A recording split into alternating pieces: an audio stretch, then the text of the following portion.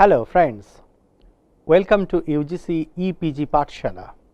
I am Dr. Jaideep Sharangi, Associate Professor, Department of English, Jogesh Chandra Chaudhary College, University of Calcutta, Kolkata. We are into Module 34. This is about the Elizabethan stage and the rise of William Shakespeare. This module is written by Dr. Wendrila Ghosh, Nabobaliganj Mahavidyalaya, Kosba, Kolkata. In this module, we are going to learn how the Elizabethan stage was formed, how the drama shaped into the early part of the Elizabethan period. Our special focus is on the Elizabethan stage mechanism and the rise of drama until Shakespeare. And in the last part, we are also talk about the early drama in the hands of William Shakespeare. So, as we go along in this particular age, we are to embrace the development of drama and theatre as well as stage during the early part of the Elizabethan age, and we will also focus on contribution of Shakespearean plays during his early days. We conceptualize this particular phase of history of English literature from 1558 to 1590. We trace out the development of theatre and performance and development of stage in the hands of university wits in pre-Shakespearean time and early part of Shakespearean dramatic career. Friends, just see the Elizabethan stage on the screen. This is the stage audience performance in an Elizabethan stage. The influence of the medieval drama, and there are three categories we are to discuss. Number one, mystery and morality plays. This is a high serious plays mixing up with low comedy. Then the second part is, of course, folk plays, where the pagan remnants, the fairies and the sprites and the feast of foods. And the third is interludes. Interludes are in between or links between two plays. The humanistic debates, the influence of Seneca and the influence of Plautus. Friends, there are three notable types of theatre houses during the early part of the Elizabethan period. Number one, private theatre.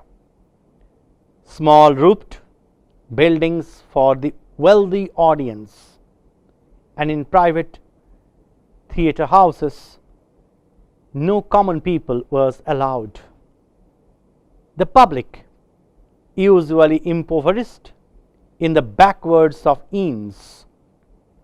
So there was zonal division for the private and the public. And the notable theatre houses of this age we must note. Number one, the Rose. Number two, the Swan. Number three, the Globe. And number four, the Fortune. And here are some drawings you can easily associate with. Look at the structure of one particular Elizabethan public theatre house. I think you can easily understand the gallery part, the pit, the trap door, all are identified in this picture. The public theatres were either a round, square or octagonal with wooden structure which consisted with unroofed courtyards, roofed galleries, then the pits, the courtyard discovery space, hut and the trap door, and look into the best of this theatre, where you will find where the spectators seat. University wits, early Elizabethan drama. It is unwise if we introduce William Shakespeare without introducing university wits. University wits were university graduates, and they are noted for their contribution to early Elizabethan stage productions. In this we may mention names like Christopher Marlowe, George Peele, Thomas Lodge, Thomas Nash, Robert Greene, John Lilly. John Lilly, 1554 to 1606, wrote courtly plays for companies of child actors. His plots moved around elegant debates, and he is famous for euphemistic language. He wrote some of the immortal plays. Then Robert Greene, best known as Shakespearean critic, contributed a lot to the pre-Shakespearean drama. Similarly, George Peele and Thomas Lodge. But the most important person among the university wits was Christopher Marlowe, 1564 to 1593. Marlowe's tragedies include Tamburlaine, Dido Queen Carthages, Dr. Faustus, Edward II, Massacre at Paris, and Jew of Malta. Remember, Christopher Marlowe was the first person who incorporated comic relief in a tragic spectacle. His Dr. Faustus is often been criticized is a departure from the traditional plays. Like, according to Aristotle, tragedy should have a good beginning, middle, and end.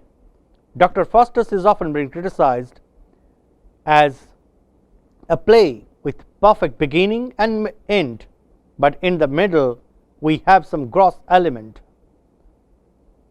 His important tragedy, Jew of Malta, where the Barabbas has been presented as an important character and moneylender. Tamburlaine aspires for world conquering the world. So his characters are the children or the fruits of the Renaissance.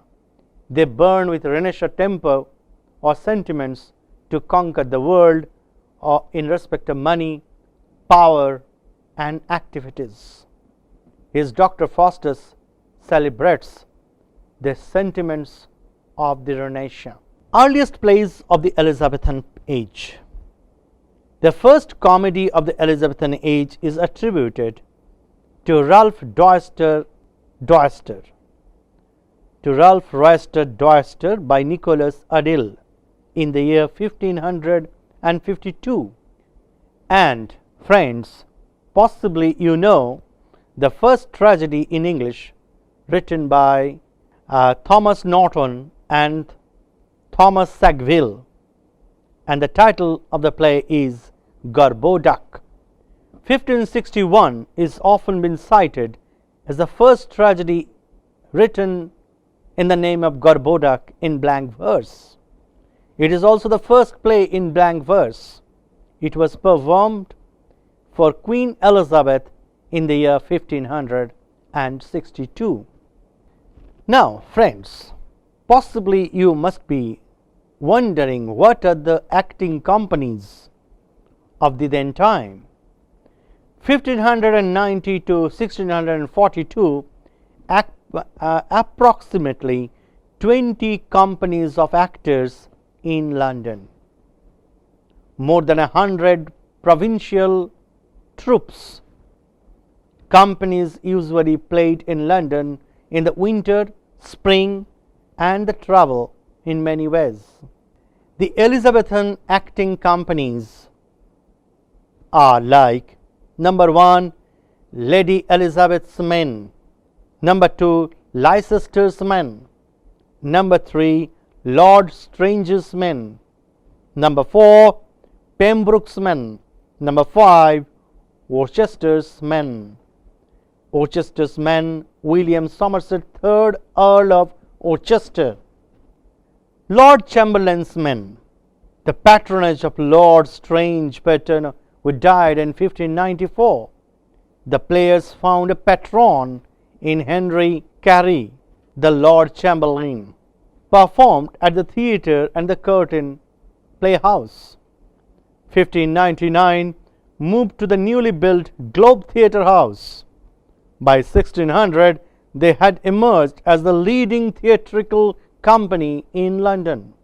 1603, they became the King's Men under royal patent from the James I. The company continued successfully until the Puritans closed theatre houses in the year 1642. Now remember, boy actors on Elizabethan stage. I hope everyone who is listening to us today everyone is aware of the fact that women were not allowed on the Elizabethan stage during Shakespeare's time. The parts of women were enacted by child actors, boys whose voice had not yet changed. Whole acting companies were created with child performers. The Children of the Chapel Royal and the St. Paul's Boys, the children's companies played a regulatory part in court. The Puritans, who disapproved the theatre in general, were particularly scandalized by boys cross-dressing as women, which they felt would give rise to sexual and moral perversions detrimental to the then society. Friends, let's talk about censorship. The Puritan leaders of the City of London disapproved the theatres for their immorality. The Privy Council was wary of the political comment often present in topical plays. Censorship under the direction of the Master of Revels was very strict. In the year 1596, the City Corporation ordered the expulsion of players from London and the closing of the inn theatres. Theatres moved across the river to the south bank. Edmund Tilney, Master of Revels. Now everyone knows the Globe Theatre.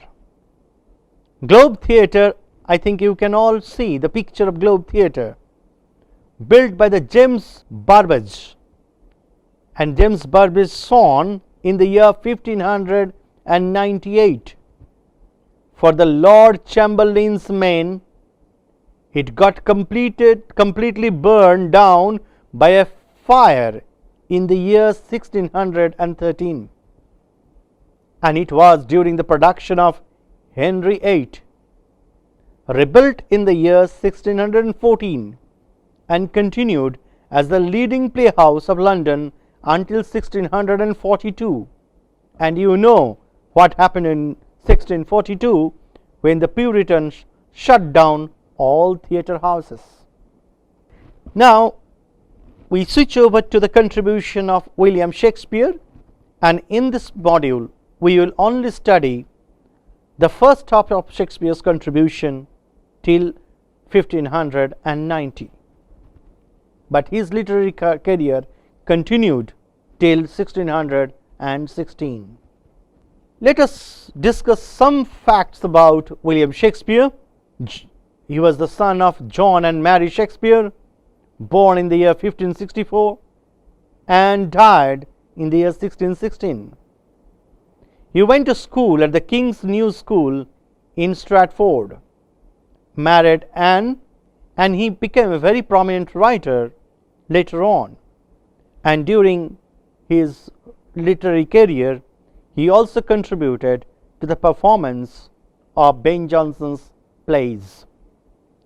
He became an actor and later on became a writer. His early plays, by early plays means before 1590, are Titus Andronicus, Two Gentlemen of Verona, Taming of the Shrew, and Henry VI, Part 1. By this, we can say, if we just sketch Shakespeare's early plays, we can only trace that Shakespeare has potential in the coming 2 decades or so, where he will be established as the most prolific writer of comedies, tragedies, and tragicomedies in the days to come. But we should not forget the contribution of university wits before Shakespeare came into being. Christopher Marlowe, Peele, Lilly, and all contributed and paved the way for William Shakespeare. In this module 34, we try to encapsulate our ideas on the development of theatre, stage, houses in pre-Shakespearean time. We try to embrace our ideas on the influence of medieval dramatic tradition on early Shakespearean playwrights. We also discussed at length on the university wits and their contribution. We concentrated on the theatre houses, different categories of theatre houses during that time, and we focused on the role of Globe Theatre, public theatre, and the private theatre houses during pre-Shakespearean age. We concluded our module with references to early Shakespearean works till 1590 AD. Hello friends, for this particular module, those who are advanced learners can refer to Arthur F. Kinley, A Companion to Renaissance Drama, Oxford publication. Number 2, Edward Dowden, Shakespeare, A Critical Study of His Mind and Art, Atlantic Publishers. Then Arthur Kinney, A Companion to Renaissance Drama, and Andrew Gurr, Playgoing in Shakespeare's London, Cambridge University Press. These are important reference texts for your further knowledge. Now let's watch audio visual on public theatre houses.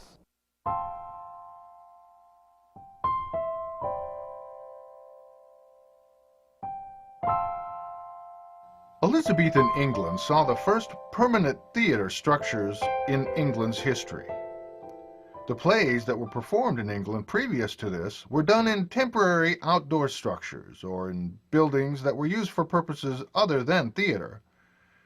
There were plays and other entertainments done at court, but if a theatre company wanted to make a living at theatre, they had to travel from one makeshift stage to another.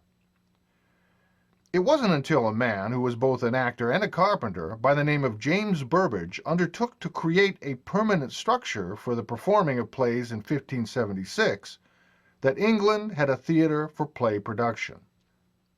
The name of the first theatre of England was aptly called the Theatre. Burbage leased a plot of land just outside the city limits and undertook to create a structure that would be large enough to hold many paying ticket holders and to accommodate a stage on which plays would be presented. Burbage had to create a building that could control the patrons as they entered to see the play. His theatre was a business, and he was trying to come up with a simple structure that would make money. Since there was no existing theatre to use as a model, Burbage put together a theatre structure based on several other buildings and architectural arrangements that accommodated similar entertainments. Burbage's theater plan was soon adopted by many other theater companies and stood as the basis for theater throughout the Elizabethan period. From surviving records, we know that the theater was a simple wood structure that was polygonal in shape. There was no roof on this theater, so there was no need to devise a way to light the play productions that were performed there. Inside the theater, there were galleries that rose up perhaps 2 levels high. In these galleries were benches or seats where patrons could pay a little higher ticket price to view the action from above the stage. To utilize as much of the interior of the theater as possible, Burbage also sold tickets to the pit area below the stage. The pit was a dirt floor that surrounded the stage on 3 sides. In this sense, it was the first thrust theater space. In the pit, patrons, known as groundlings, would stand to view the play production. The price of admission into this area was only a penny. The theater was the model for what became known as the public playhouses. These theaters were called public playhouses due to the fact that they were intended for the general public. Plays were performed in the afternoon, as the only source of lights for these productions was the sun. Here is a drawing of the only existing drawn image of a public theater that was actually rendering during the Elizabethan period. All other images of public theaters of this period are conjectural drawings based on records that were passed down. This drawing was done by a Dutch traveler who sent back this picture of the Swan Theater in a letter to his home. There were 3 major influences which led to the physical structure of the public playhouses. Those were gaming arenas, inns of court, and medieval staging practices. The location for popular pastimes in Elizabethan England were the gaming arenas. These were wooden structures of a polygonal shape that, with raised seating and a pit with dirt floor, bear baiting and bull baiting took place. In its best-known form, arenas for this purpose were called gaming arenas, or bear gardens. These polygonal-shaped structures consisted of a circular, high fenced area called the pit and raised seating for the spectators. A post would be set in the ground toward the edge of the pit and a bear chained to it, either by the leg or neck. A number of well-trained hunting dogs would be set on the bear, being replaced as they were tired, wounded, or killed. It is generally believed that Burbage designed his polygonal-shaped theater based on these gaming arenas. The Inns of Court of Elizabethan England were training centers for barristers. The early Inns of Court were 2 to 3 stories high, with a courtyard built in the center. There were galleries which extended over the courtyard. Plays were often performed in these courtyards on makeshift stages. Those in attendance would stand in the galleries above the stage to view the action of the play. Burbage, no doubt, performed plays in this setting and saw the advantage of stacking patrons on top of one another in getting the largest number of ticket buyers into a small space. Finally, the public theaters of Elizabethan England borrowed from the medieval staging practices of the earlier period. During the medieval period, plays were performed on a flat wagon that was rolled into a town square. Behind this flat wagon was another wagon on which a tent or a temporary structure was mounted for the actors to make their entrances and exits. The stage wagon was referred to as the platea. The scene house wagon was referred to as the mansion. Burbage took these basic ideas and built a raised stage which was backed by a stage house that was larger but similar in nature to the medieval mansion. These scene houses became more sophisticated as time went on. This scene house also had a balcony attached to it, which became a small but popular playing space. This was obviously in Shakespeare's mind when he wrote Romeo and Juliet. Well, it's now time for you to go to your task for this section. Next time, we will look at another unique physical theater that came into being during the Elizabethan period, referred to as the private theaters. We'll see you next time.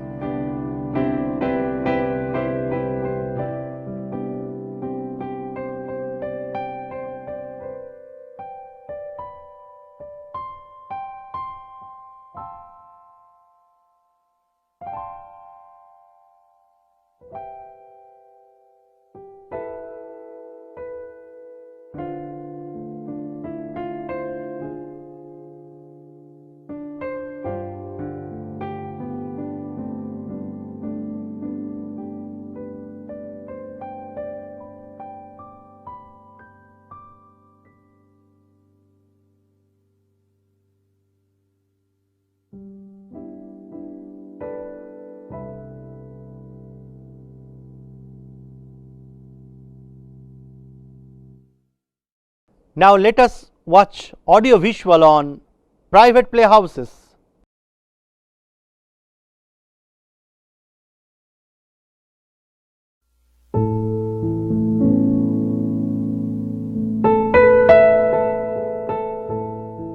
In the last section, we looked at the public theatres of Elizabethan England. The public theatre structure of scene house and raised stage, which evolved from the medieval mansion, affected the way that plays were performed during this time period. The scene house, from which actors could make their entrances and exits, were a permanent part of the playhouse. There was also an upper section of the scene house that could be used for additional scenes, or from where musicians could perform during the play production. This arrangement made for little opportunity for scenery. There were some conventions that were used for scenery, like occasionally an actor would bring a limb of a tree on the stage to convey to the audience that the action occurred outdoors, or a banquet table was brought in from the stage house to indicate that the action was taking place in a banquet hall. The scene was most often set by what the characters were saying as they entered. If a character was commenting on the stormy weather that was approaching as he trotted along this rocky road, the audience knew that the scene that followed was out of doors. If the character commented on the aroma of the food cooking, the audience would then allow themselves to be transported into an Italian kitchen. It's often thought that this limitation forced Shakespeare and the other playwrights of the period to devise some of the most beautiful and descriptive language of any play, so as to allow the audience to use their imagination and create beautiful settings in their minds. While the public theatres were becoming very popular in London, their limitations caused the creator of the first permanent theatre of London, James Burbage, to consider building an indoor theatre. This led to the creation of the private theatres of Elizabethan England. Burbage was further induced to create a playhouse other than the theatre because he was embroiled in conflict with the landlord of the property on which the theatre was built. He learned that his landlord was planning to seize the property once the lease was up. So, he made arrangements to build a smaller version of the theatre inside a monastery. The monastery was inside the city limits of London, and because it was under the jurisdiction of the Crown, the Puritans were unable to prevent its construction. The monastery was the Blackfriars, and, as was the custom, the monastery housed a school for boys. One of the activities of the educational program of a monastery school were public speeches, musical presentations, and recitations. It's likely that Burbage worked out an arrangement with the head of the monastery to build a theatre that the boys could use during the day and where his own play company could perform at night. While it's uncertain why these playhouses were referred to as private theatres, it's generally believed that because they were smaller, they needed to charge higher admission that was affordable only to the affluent. As a result, they functioned more like private clubs rather than a public facility such as the public playhouses or gaming arenas. They also differed from the public theatres in that they were constructed inside existing structures that had a roof. They were lit by candlelight or torches. They also had a stage and scene house like the public theatres, but they were much smaller and, in many cases, much more ornate. The most prominent private theatres were the Blackfriars, built by Burbage, and the Whitefriars, also a private theatre built inside a monastery. Other private theatres were built inside taverns and inns of locations within the city limits that were referred to as liberties. Like the monasteries, a few other locations within the city limits of London were either under the jurisdiction of the Crown or some nobleman and could not be restricted by the Puritans and other municipal authorities. Even though the locations themselves could not be restricted by the local authorities, the private theatres were troubled by their opponents' ability to restrict crowds from gathering outside the private theatres. As a result, the private theatres ultimately were used only by the boys' companies. The boys' companies were made up of the students of the monasteries. Because their theatre activities were tied to the monastery school, they did not meet with such resistance as did the adult companies that tried to perform in the private theatres. Shortly after James Burbage completed construction of the Blackfriars, he met with such resistance. It looked as though his race to secure a suitable replacement for his public playhouse would not occur, as the lease for the theater was running out. While in the process of locating land on which to build another theater, James Burbage died, leaving the theater and the Blackfriars to his sons Richard and Cuthbert. As legend has it, the Burbage sons, along with their company of actors, took down the theater board by board without the landlord's knowledge, and floated the woodwork from the dismantled structure across the Thames River to the south bank, where they leased some land. On this new property, they constructed a larger theater, and this is how the famous Globe Theater came into being. Well, it's time for your task for this section. When we come back, we'll continue our discussion of Elizabethan theater.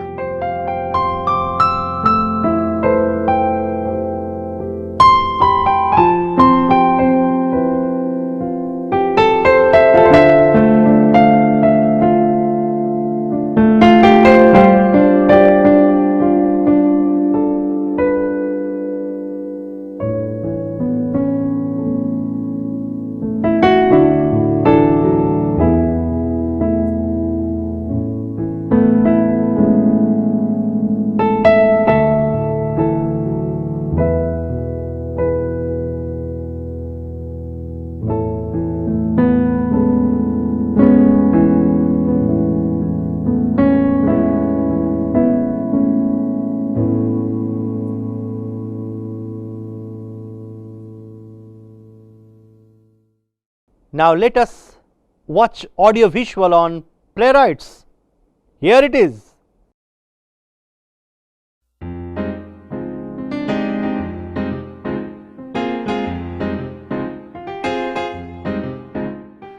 Elizabethan England produced some of the most influential and pioneering playwrights of the English-speaking language.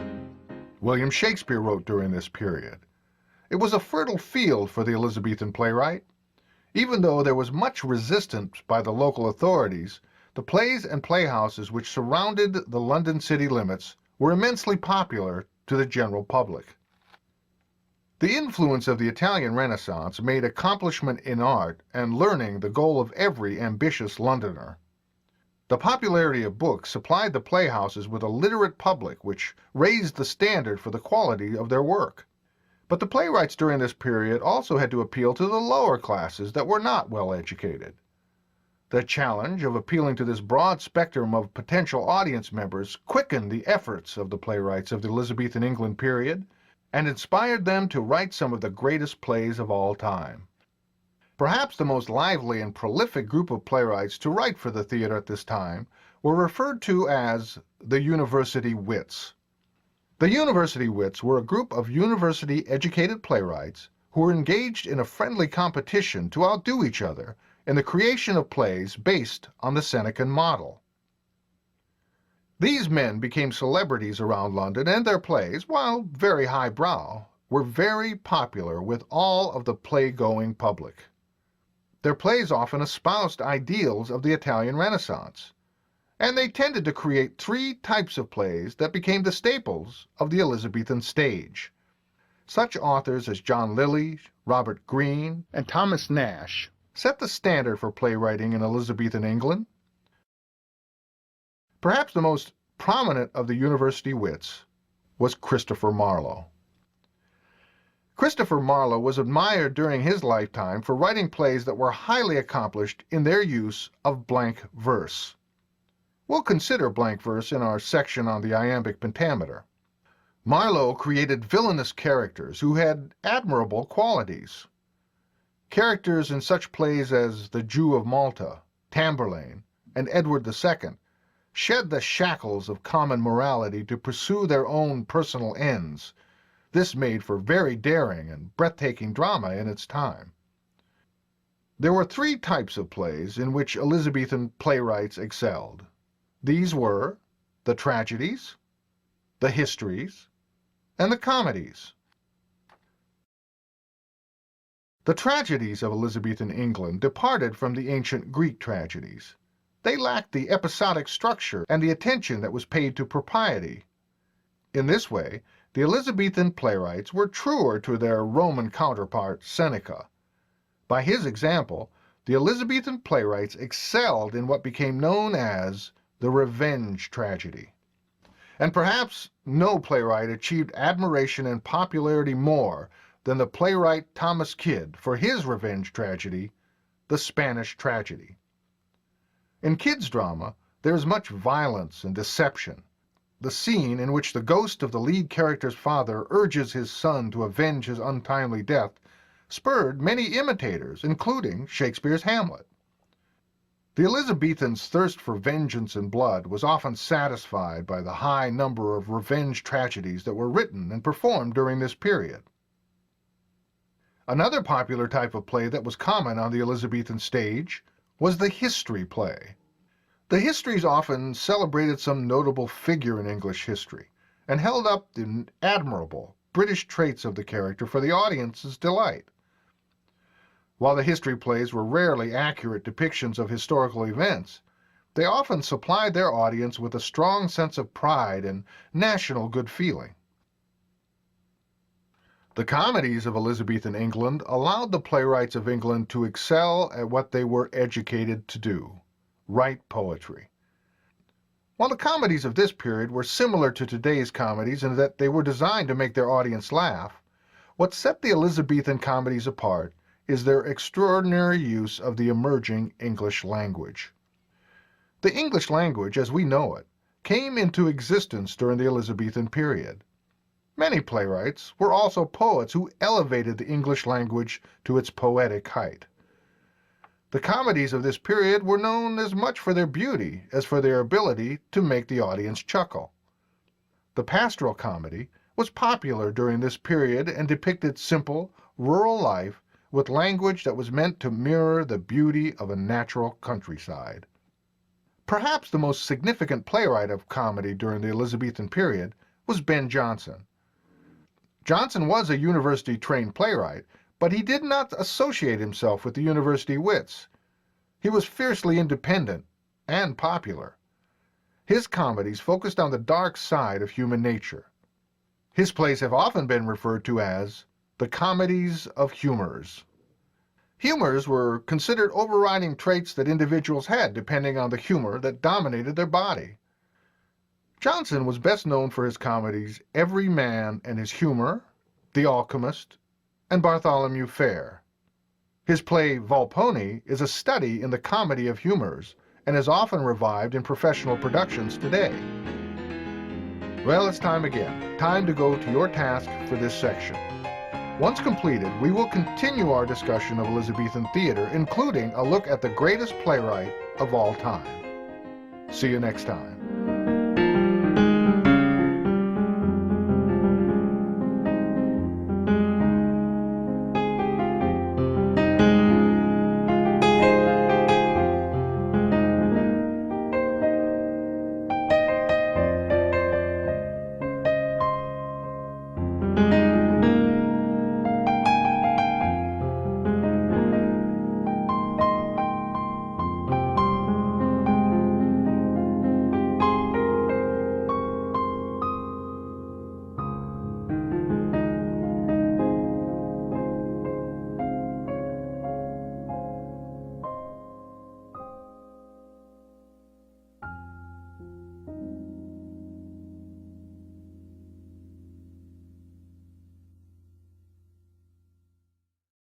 Now let us watch Shakespeare's Globe live here. Hey, this is Mr. Sato, and I'm going to talk about Elizabethan theater. When people talk about Elizabethan theater, what they're usually talking about is William Shakespeare and the theater of his time. It's called Elizabethan because Queen Elizabeth I was the English monarch during the first part of Shakespeare's career. His plays were first performed between 1589 and 1613. London was separated by the River Thames from an area called Southwark. To American readers, these words look like Thames and Southwark, but that is not how they are pronounced. There was no bridge over the Thames at the time, and you had to pay a boatman to carry you across. Southwark wasn't included in the legal boundaries of the City of London, so London's laws didn't apply there. So naturally, people went there to do the things that they weren't allowed to do in London. It was what we'd now call the bad part of town. This painting by William Hogarth depicts Southwark about 100 years later, but it gives you an idea. There were taverns where people got drunk on beer and ale. There was gambling, prostitution, pickpockets, and other criminals, as well as a lot of animal cruelty that most people today would find barbaric, like cockfighting, which is where you get two roosters to fight each other to the death, and then you'd bet on one or the other to win. And also bear baiting. Bear baiting was when a captured bear, sometimes with its teeth pulled, was chained to a post and set upon by vicious dogs. The bear couldn't fight back very well, and people cheered on the dogs as they attacked and eventually killed it. It was cruel, and Shakespeare hated it. He referred to it more than once in his plays. Theater was another thing that was illegal in London. It wasn't the high-class art form we consider it today. It was considered common and crude compared with the poetry recitations, which the nobility preferred. So London theaters were closed in 1596 by the Church of England under the influence of the Puritans, who considered theater and practically everything else that wasn't praising God explicitly, immoral. But there was also the fear of bubonic plague, the Black Death. Large gatherings of people spread the disease. So as a result, putting on plays was literally against the law in London during much of this period. Shakespeare had to dismantle his theater board by board and rebuild it in Southwark. Shakespeare's theater was called the Globe. It was a round building. Shakespeare called it the Wooden O. Like a stadium, it was open air in the middle, with a thatched roof around. One thing they didn't have was artificial lighting, so all productions took place in the afternoon. The inside of the theater probably looks similar to this 1596 drawing of the Swan Theater, which was another theater in Southwark. Inside there was an elevated stage, a balcony above. It was really the gallery over the back of the stage where audience members could be seated, or musicians. It had a cannon that could be fired for battle scenes. No cannonball, obviously, just the gunpowder. There were what are called flies, the area above the stage where a rope and pulley could be set up so an actor could be hoisted up into the air so that it looked like he was flying, as they would have done in The Tempest. There was at least one trapdoor in the floor of the stage so that an actor could jump down into it and appear to disappear or come out of it. In Hamlet, Hamlet would have jumped into Ophelia's grave, right? So that would be the trapdoor. There were no painted sets behind them. They just had tapestries back there. But Shakespeare employed what was called scene painting instead. That was where he would write it into a script, where a character like, say, Friar Lawrence in Romeo and Juliet would say, "Oh, look over there in the east where the sun is rising and there are streaks of yellow and red in the sky," or whatever. And that's how you knew that it was taking place at dawn. Or a character might come up to another and say, "Stranger, where am I?" And they would say, "Why, don't you know you're in Illyria," or whatever. And that's how you knew you were there. So that's what they would do instead of having elaborate painted sets like they would have later in theater history. There were a few set pieces, like in Romeo and Juliet, there was the tomb. In Macbeth, there would have been the banquet table, and so on. The pillars holding up the gallery / balcony could double as trees in a forest, like the Forest Arden in As You Like It. And because there were battle scenes and duels, they would have had armor, blunted swords, stage blood, music, and sound effects. So these plays, remember, they weren't just words on a page, they were living, breathing theater. Now, to advertise these shows, they raised a colored flag to tell people across the river what kind of play was being performed. A white flag meant they were putting on a comedy, like Midsummer Night's Dream. A red flag meant a history play, like Henry V. A black flag meant they were putting on a tragedy, like Romeo and Juliet or Othello. Upper and middle class audience members paid 2 pence for a seat, but they could pay up to 6 pence for the best seats. Poorer people paid just a penny to stand in front of the stage, exposed to weather. These poorer audience members were called groundlings. Vendors would walk around selling oranges, roasted hazelnuts, beer and cider, the way people today might buy hot dogs, peanuts, and soda at a baseball game. and the groundlings in particular would enjoy cheering when the hero entered and booing the bad guy, occasionally even throwing things at the actors when they didn't like what they were seeing up there. The groundlings could get a little restless at times, so lucky for us, Shakespeare always broke up long stretches of talking with things like a sword fight, a comical buffoon, or a few dirty jokes. This next fact freaks out a lot of my students when they first hear it. But female roles were played by adolescent boys wearing platform shoes and wigs and long dresses, and I'm guessing a lot of makeup to make them look like women. Remember that theater was considered crude and common, totally inappropriate for the supposedly more delicate sensibilities of women.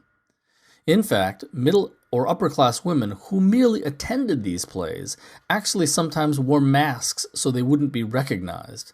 So women were definitely not allowed to be on stage, being looked at by crowds of strange men. That was explicitly against the law. But despite what you may see in movie versions of these plays, I don't think there was a lot of kissing in these plays during that time. Read the plays. The love scenes are all verbal, oratorical. Today, William Shakespeare is widely regarded as the greatest writer in the English language. Once beginning readers get used to the 400-year-old language, they often discover that his plays are really very beautiful, but also exciting, funny, suspenseful, and overall a lot of fun. So, enjoy. Now let us move on to the next segment. Thank you.